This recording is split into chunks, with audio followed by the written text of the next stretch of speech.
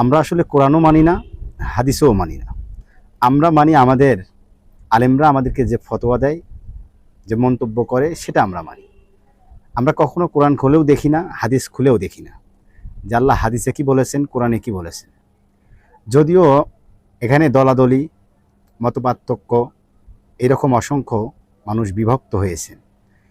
এক একজন এক একটা দল তৈরি করেছে, এক একজন এক একটা হাদিস মাযহাব উপমাযহাব তৈরি করেছে। যার কাছে যেটা পছন্দ হচ্ছে সে সেটাই গ্রহণ করে যাচ্ছে। এমনও হাদিস রয়েছে যা কোরআনের সাথে সাংঘর্ষিক, আবার এমনও হাদিস রয়েছে যা কোরআনের সাথে হুবহু মিল রয়েছে।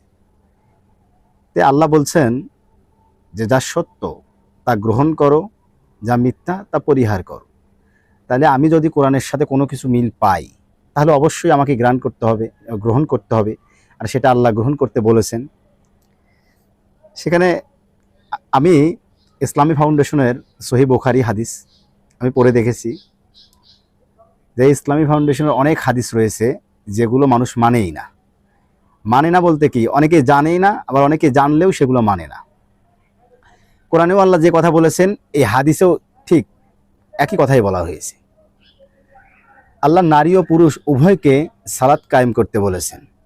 আল্লাহ কোরআনে বলেছেন তোমরা রুকুকারীদের সঙ্গে রুকু করো, সেজদাকারীদের সঙ্গে সেজদা করো, সালাত আদায়কারীদের সঙ্গে সালাত আদায় করো।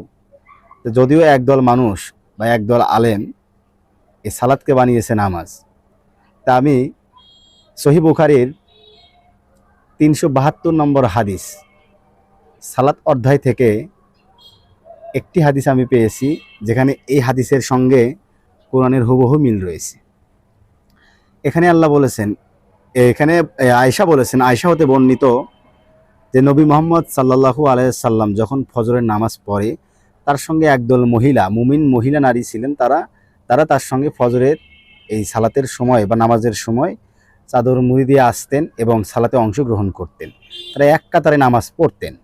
তাহলে এই হাদিস অনুসারে যখন নামাজ সমাপ্ত হতো বা সালাত সমাপ্ত হতো, তখন আবার যে যার মতো নিজ ঘরে প্রবেশ করতেন বা ফিরে যেতেন।